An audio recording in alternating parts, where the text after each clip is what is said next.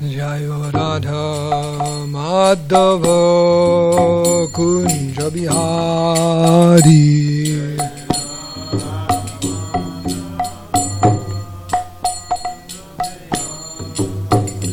Jaya Radha Madhava Kunja Bihari.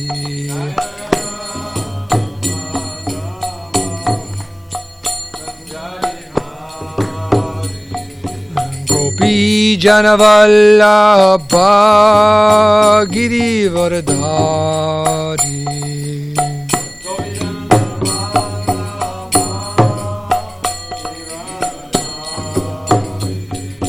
Gopi Janavallabha Girivardhari.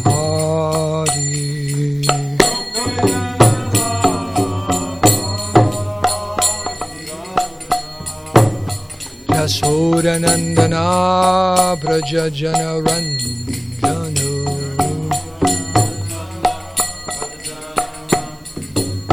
Yasodanandana Braja Jana Ranjano.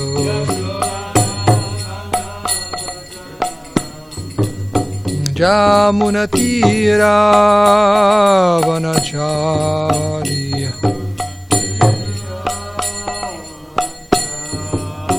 Jamunatira Vanachari.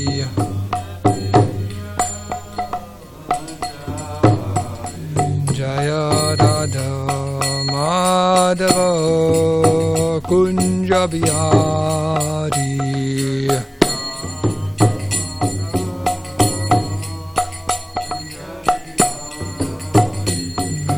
Gopi Jana Vallabha Girivardhari.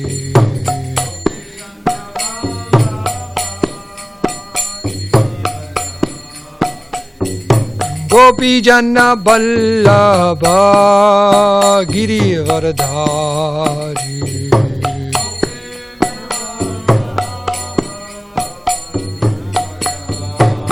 Yasodanandana Braja Jana Ranjano.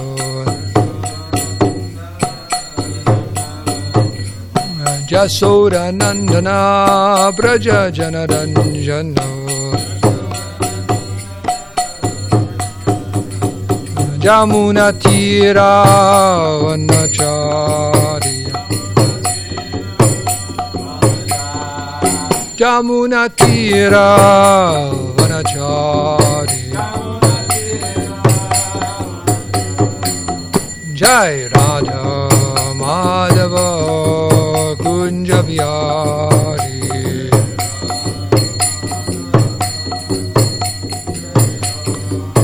Jaya Radha Madhava Kunja Bihari.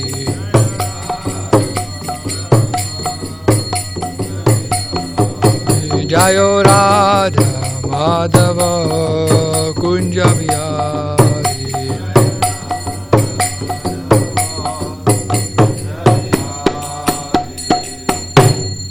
Sri Radha Madhava ki, Sri Radha Giridhari ki, Grantara srimadbhagavatam ki. Jai Vishnu Paramahamsa Parivraj ki Jai Jashodhara Shri Maharaj Divine Grace Bhai Charanaravinda Bhakti Vedanta Swami Srila Prabhupada ki Jai.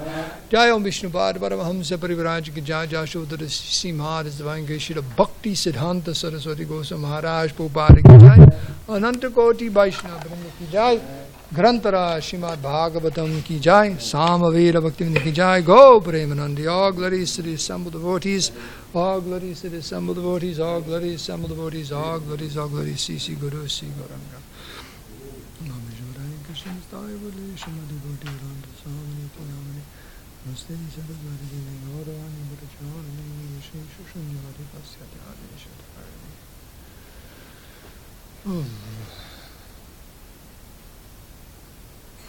Jamal, could you open that door just a bit?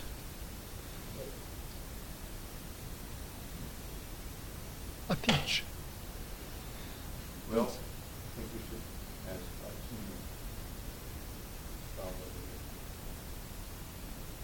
this translation somehow begins with this word, individual soul, which means jiva. I just looked at this. Definitely says Paramatma. Definitely says Paramatma. No, I looked at this one. You can't. You only have it for the 10th name. Not on Bummer. Well, according to this one here, according to the purport also definitely. Vishnu is Paramatma. Yeah. Yeah, Prabhupada. the next verse, the purport probably doesn't even know that. Yeah. It's like the chapter in Bhagavad Gita, this is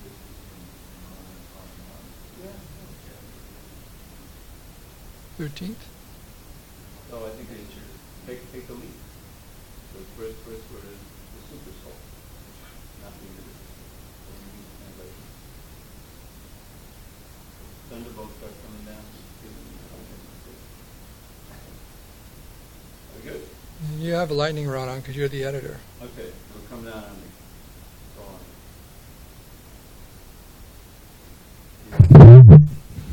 I mean, I'll read it, but the purport's there. Okay.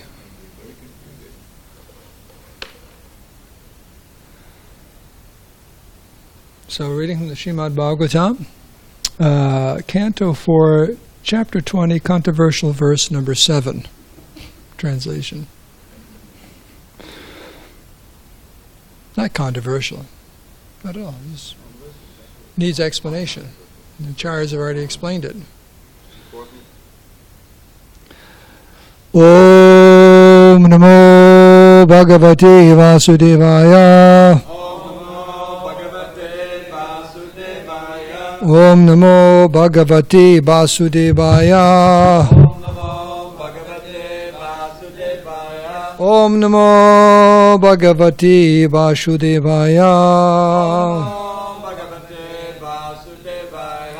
Narayanam Namaskricham Naram Chaiva Narottamam Devim Saraswatim Vyasam Tato Jayamudirayat Srila Prabhupada Ki Jai. Eka Shuddha Swayam Jyotir Nirgunau Saugunashrayah Sarvagona Brtat Sakshi Niratmatmatmana Paraha Ekashuddha Swayam Jyotir Nirgunau Saugunashrayah Sarvagonabrita Sakshi Niratmatmatmana Paraha Ekashuddha Swayam Jyotir Nirgunau Saugunashrayah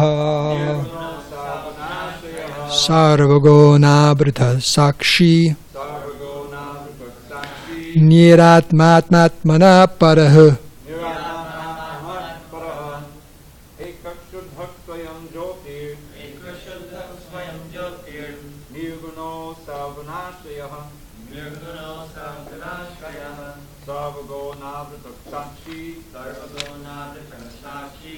Niratmatmatmana Paraha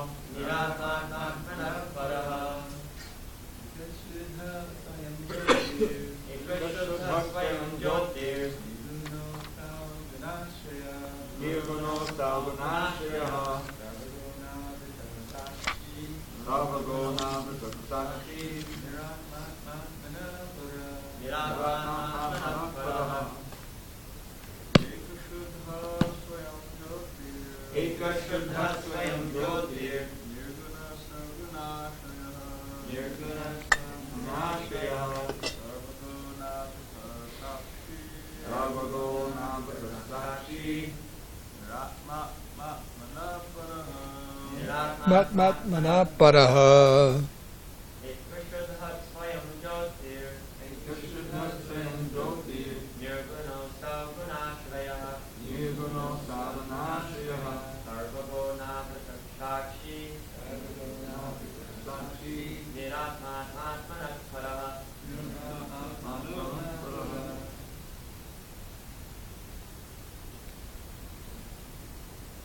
Why is it every day you cut vegetables in class? Hold on, she's chanting. Sorry. Okay. Vaishnavis? Dan Swayam Jyotir Nirguna Samgunashvaya Sarvagonanbhata Sakshi Niratmat Manaparaha. Anyone else?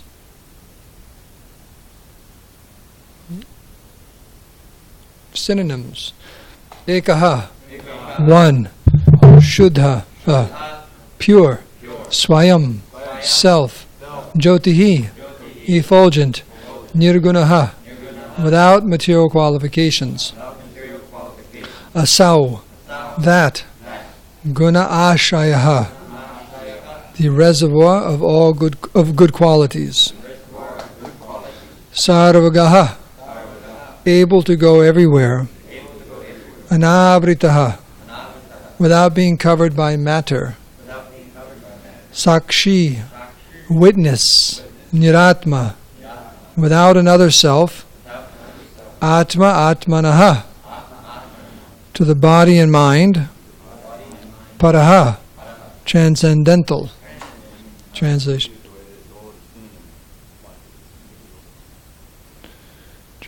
and purport by Srila Prabhupada. The individual soul is one, pure, self-effulgent, and though devoid of material qualities, the reservoir of all good qualities. All-pervading, not covered by matter, that witness of all activities is completely distinct from other living entities and transcendental to all embodied souls. Please repeat. The individual soul is one, pure, self-effulgent, and though devoid of material qualities, the reservoir of all good qualities. All-pervading, not covered by matter, that witness of all activities, is completely distinct from other living entities and transcendental to all embodied souls. Purport. In the previous verse, two significant words are used. Asham saktaha, meaning without attachment, and buddhaha, meaning fully cognizant of everything. By full cognizance, it is meant that one should know about his own constitutional position as well as the position of the Supreme Personality of Godhead. According to Sri Vishwanath Chakravarti Thakur, in this verse, Lord Vishnu is describing himself, or the Paramatma. The Parama is always distinguished from the embodied soul as well as the material world. Therefore, he has been described as Para. That Para, or Supreme Personality of Godhead, is Eka, meaning one. The Lord is one, whereas the conditioned souls embodied within the material world exist in many varieties of form. There are demigods, human beings, animals, trees, birds, bees, and so forth. Thus, the living entities are not Eka, but many. As confirmed in the Vedas, Nityo Nityanam Chaitanas Chaitananam, Katupanishad 2.13. The living entities who are many and who are entangled in this material world are not pure. However, the Supreme Personality of Godhead is pure and detached. Due to being covered by the material body, the living entities are not self-effulgent, but the Supreme Personality of Godhead is self-effulgent. The living entities being contaminated by the modes of material nature are called saguna, whereas Paramatma, the Supreme Personality of Godhead, is nirguna, not being under the influence of the material modes. The living entities being encaged in material qualities are gunasrita, whereas the Supreme Personality of Godhead is gunashraya. The conditioned soul's vision is covered by material contamination, therefore he cannot see the cause of his actions, and he cannot see his past lives. The Supreme Personality of Godhead, not being covered by a material body, is a witness of all the activities of the living entity. But both of them, the living entity and the Paramatma, the Supreme Personality of Godhead, are Atma or Spirit. They are one in quality, yet they are different in so many ways, especially in regard to the six opulences of the Supreme Personality of Godhead has in full. Full knowledge means that the Jivatma, the living entity, must know both his position and the Supreme's position. That is full knowledge. Nomagyan Dimirandasya Gananjana Salakaya Chaksurunminitam Dinataismai Sri Gurave Namaha Sri Krishna Chaitanya Prabhu Nityananda Shri Advaita Gadadhara Shivasari Gaur Bhakti Vrinda Hare Krishna Krishna Krishna Hare Hare Hare Ram Ram Ram Hare Hare Bhanja Kalpadrubhascha Kripa Sindhu Bevacha Patitanam Bhavanebhyo Vaishnavebhyo Namo Namaha. By your kindness and good wishes, I'll try to say a few things. So in the purport here, Prabhupada is delineating the difference between the Supreme Personality of Godhead and the Jiva, the living entity. Many different ways.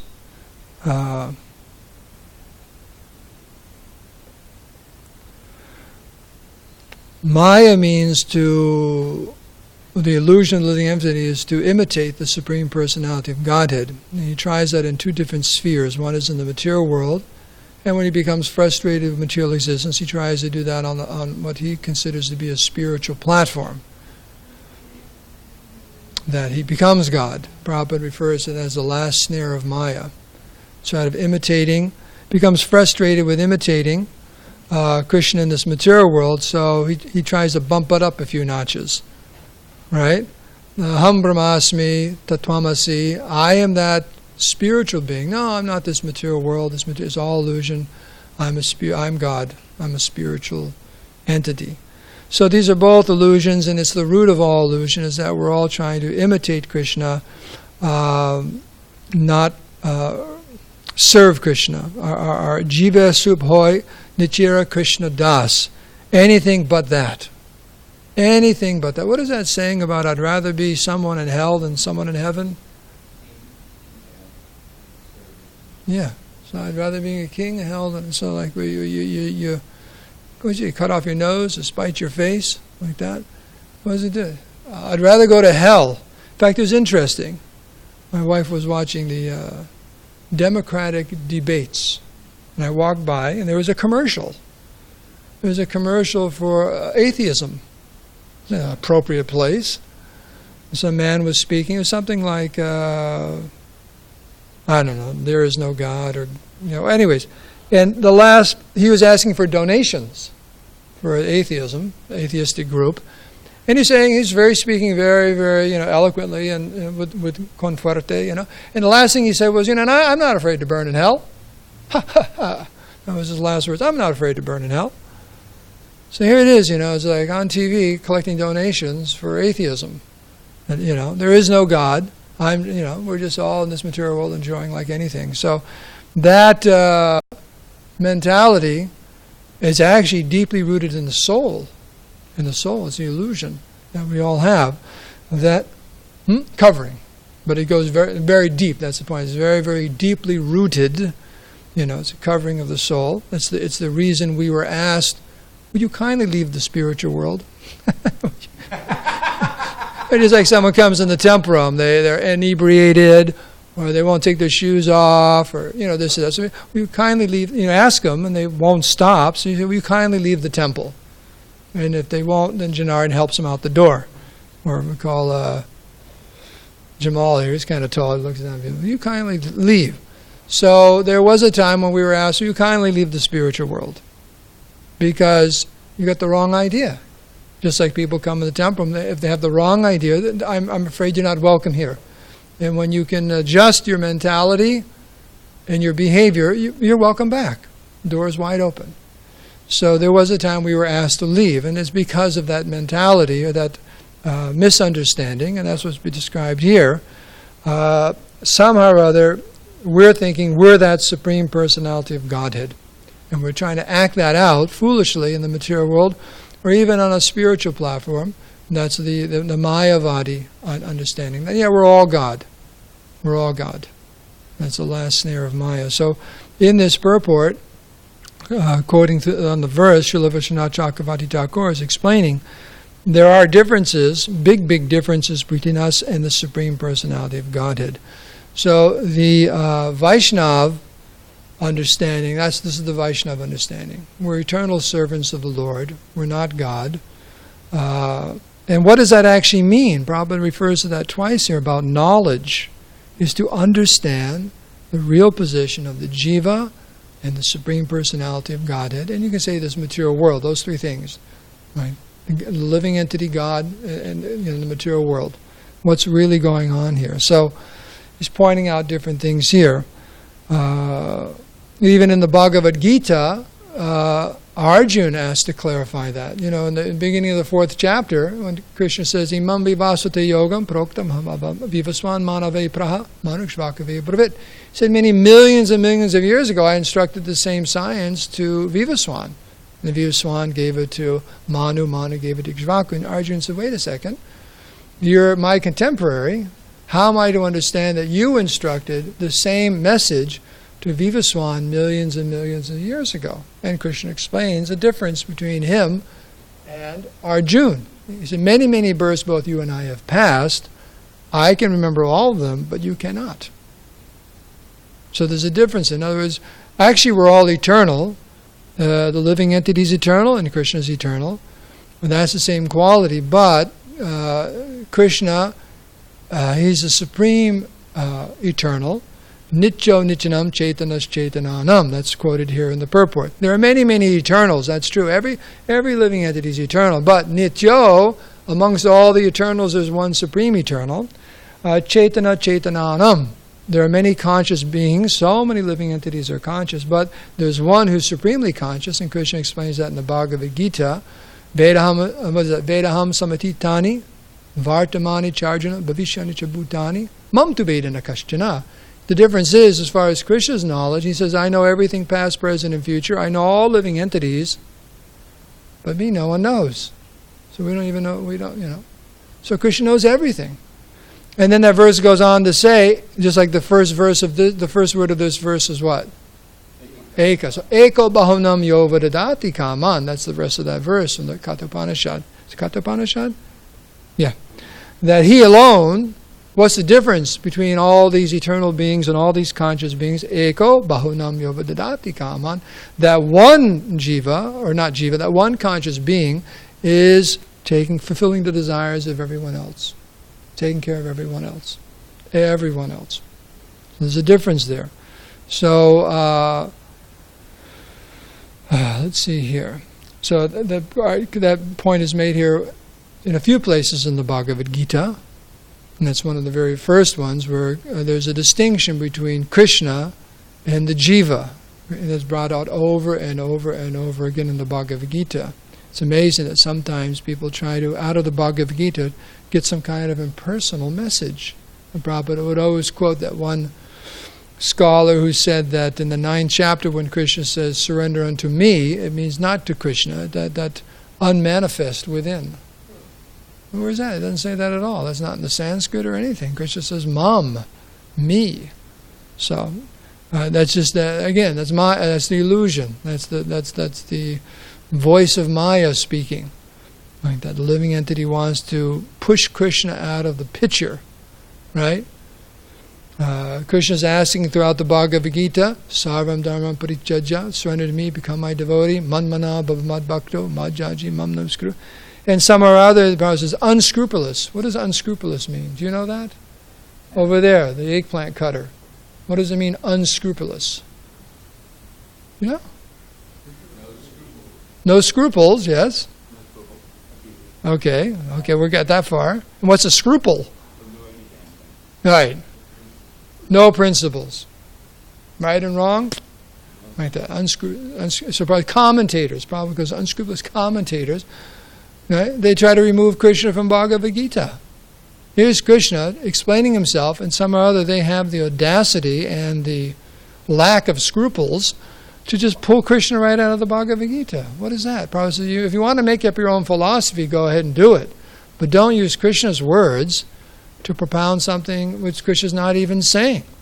And that's interesting. Many times you will be preaching, especially maybe to Indian folks, and they'll say something about Bhagavad Gita, and you ask them, well, where does Krishna say that? That's what I ask them. They go, blah, blah, blah, blah, blah. I said, I said, I've never seen that verse in Bhagavad Gita. Where does Krishna say that? And they can't show you. You know why? It's in the 19th chapter. Right? It's just not there. You don't have to get in a fight with them or anything like that. You just ask them, can you show me where... I've never... I've always learned just the opposite. But can you please show me the verse? Where, Krishna says this and Krishna... I remember many, many years ago, we had a very nice... He's a devotee now still. Indian devotee. He was going to college there at UCSD. Giri Yadava. It was Giri Yadava, yeah. And his parents were upset. And they both later on became devotees, Atlanta Temple and everything. Quite a change. But anyways, they're very, very upset. And they came to the temple. They wanted to remove him from the bhakti program, And the father, I think he might have been a professor at the university, or he definitely had a doctorate or something like that. So he was... no, actually, this is another one. Well, I'll go on with this story. He actually stood on the front porch of the temple here and said he was going to break his Brahma thread and curse us all if his son didn't leave, because the principle is that one should serve one's parents and so on. There's another devotee actually that I was thinking about. I had a conversation. I remember walking down the sidewalk there, and the uncle came. They came to get this other devotee. He's another devotee. Forget his name. He's on the East Coast, Indian devotee. And the gentleman was very nicely saying, Bhagavad Gita, the very first principle in Bhagavad Gita is one should serve one's family. And then after one serves one's family, one serves one's community. And then after one serves one's community, one's country. And then last, one serves Krishna.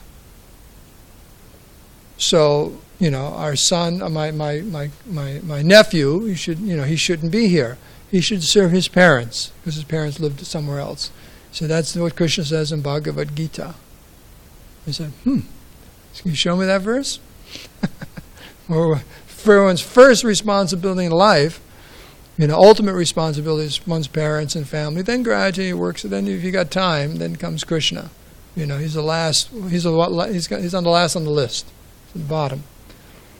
So it kind of goes out in circles. He said, like that. So it's kind of interesting what people say, what the Bhagavad Gita says. So, time here. It says Krishna is known as Gunashraya. He's the shelter of all living entities, and he's above the modes of material nature. Another thing is Gunatit. Krishna says in Bhagavad Gita. What's that, Maya? What does that do? Daivisha? No. What's that one? The material nature is insurmountable, but by surrendering unto me.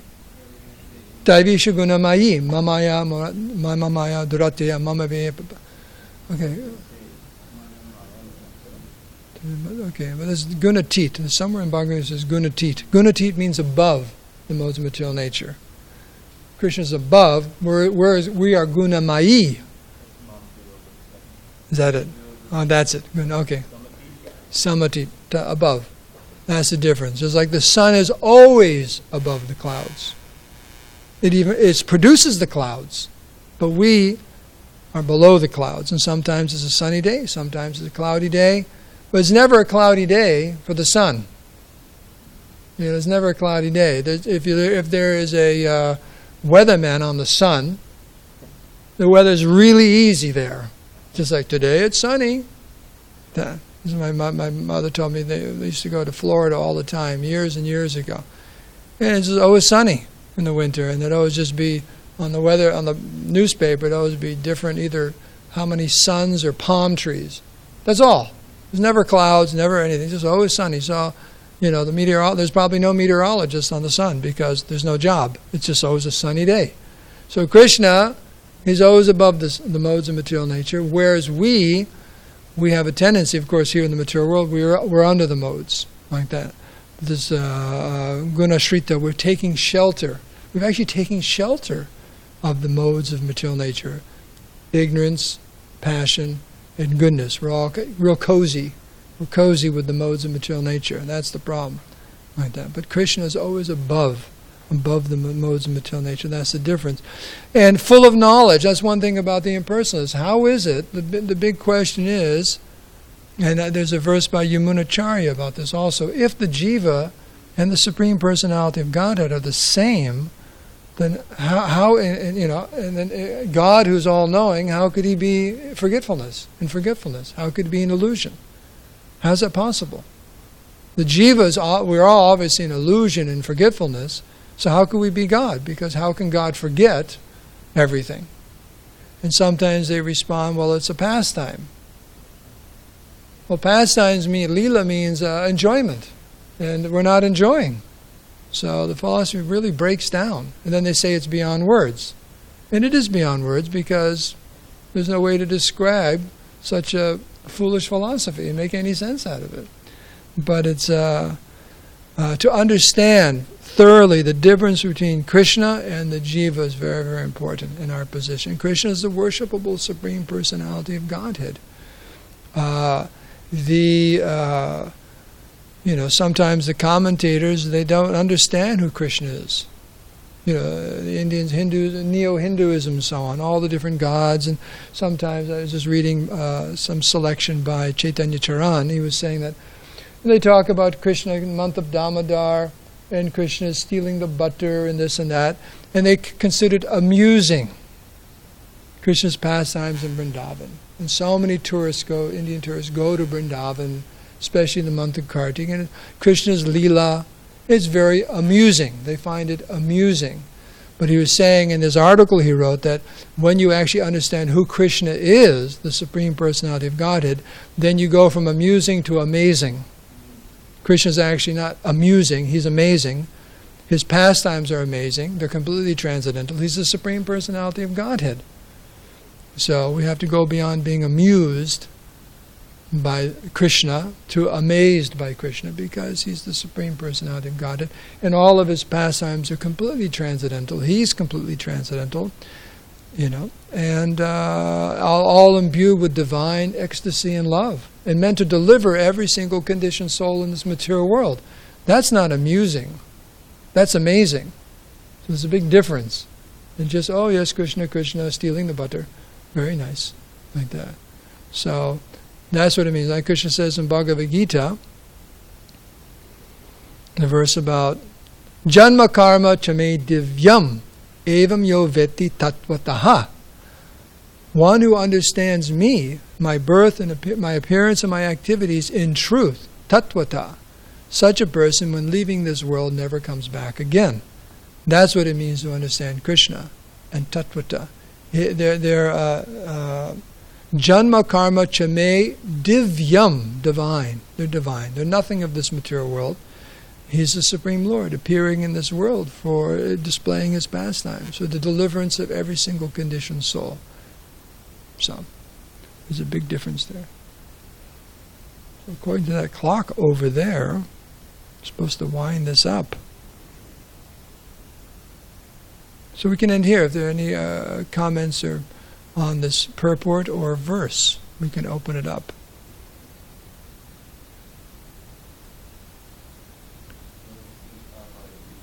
Didn't you say that in the class, that he describes that this knowledge is to understand the difference between the soul and the super soul? Yeah. It's out in the first paragraph and the last.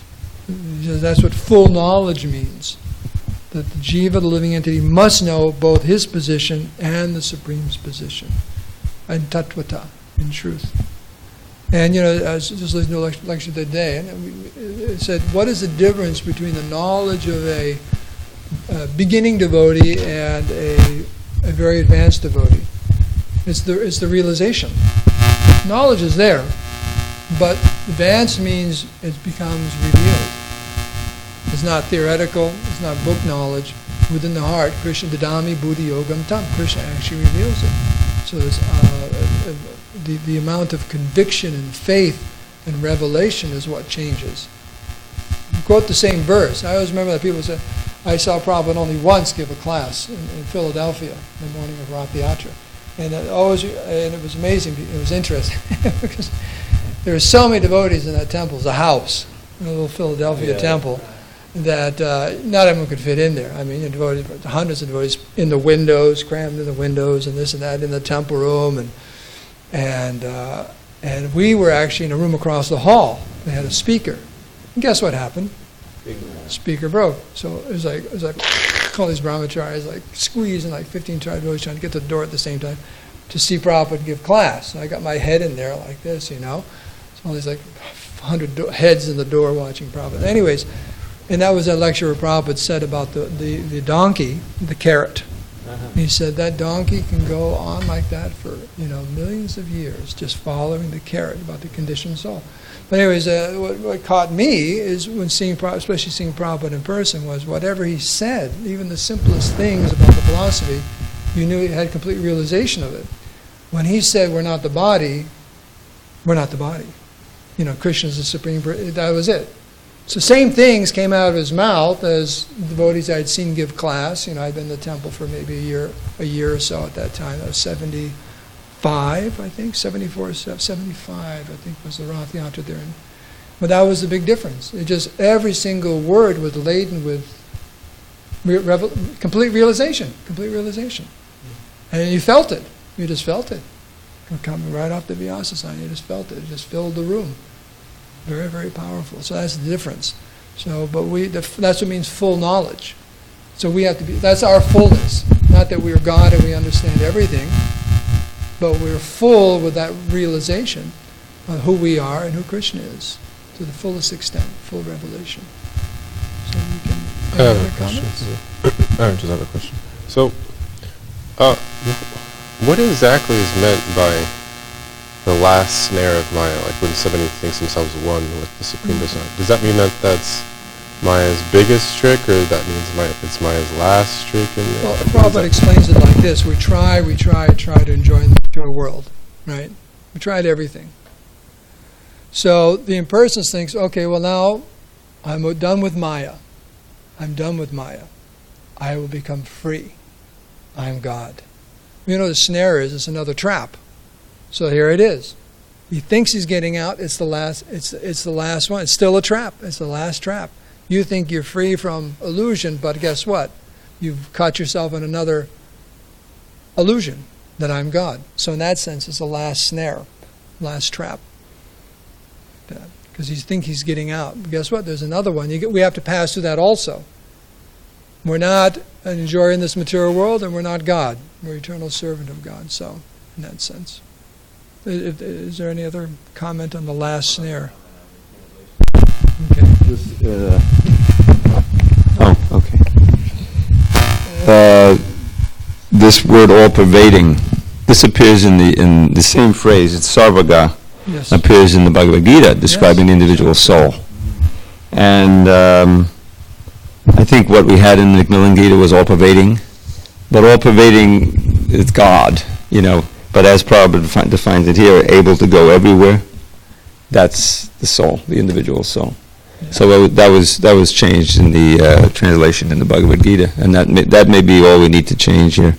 Although the other one, transcendental to all embodied souls, but you're talking about the embodied soul, so that's another little problematic thing. There's a dual meaning going on here. There's like you're trying to balance between the soul and the super soul, and that's why there's a little tension going on here. But I think we can resolve it. I'll let you know.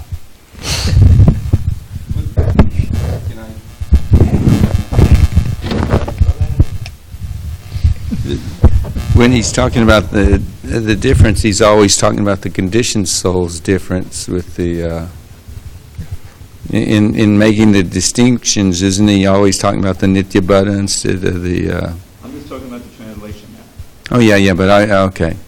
That's where you have the problem in the purport. All pervading, yeah. Well, my translation is different than yours, so I got. Oh really? Oh, yes. Yeah. This Veda base 0.10. This isn't Veda base. This is Veda base on this one. This is the Veda base version. I don't know how old it is. It still has the individual soul, but it uses he. It uses capital H for he. In what's the beginning of a soul? I'm talking about the verse we just read today. Yeah. Well, doesn't the individual soul is one, pure, self-proposing, and then it starts to. He's the reservoir of all good qualities. He's all pervading. He's without material covering. Didn't you have more elaborate description than that? I don't have he is all pervading. Yeah, it's different. Yeah, that's what. So it's already been. And they didn't tell you. I didn't do it. I don't remember what it is. Well, yeah, now we have something going on. There we go. In terms of the Mayavad philosophy, only Lord Shiva could be empowered to put such a complex word jugglery of Maya and make it seem so attractive. And then there's the furtherance of the pastime where he felt so bad about it and so repentant that he says for his purification he constantly chants the glories of the Lord in the Krishna Samhita. And that's glorification of Lord Chaitanya and the manifestation of Navadvip Dham, etc.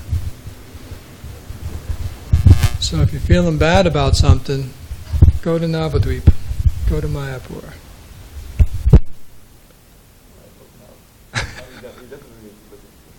Where's? Okay, so we can end here. Is that okay? Gentleman over there with the vegetables? Okay. All glories to Srila Prabhupada. All glories to Srimad Bhagavatam. All glories to the assembled devotees.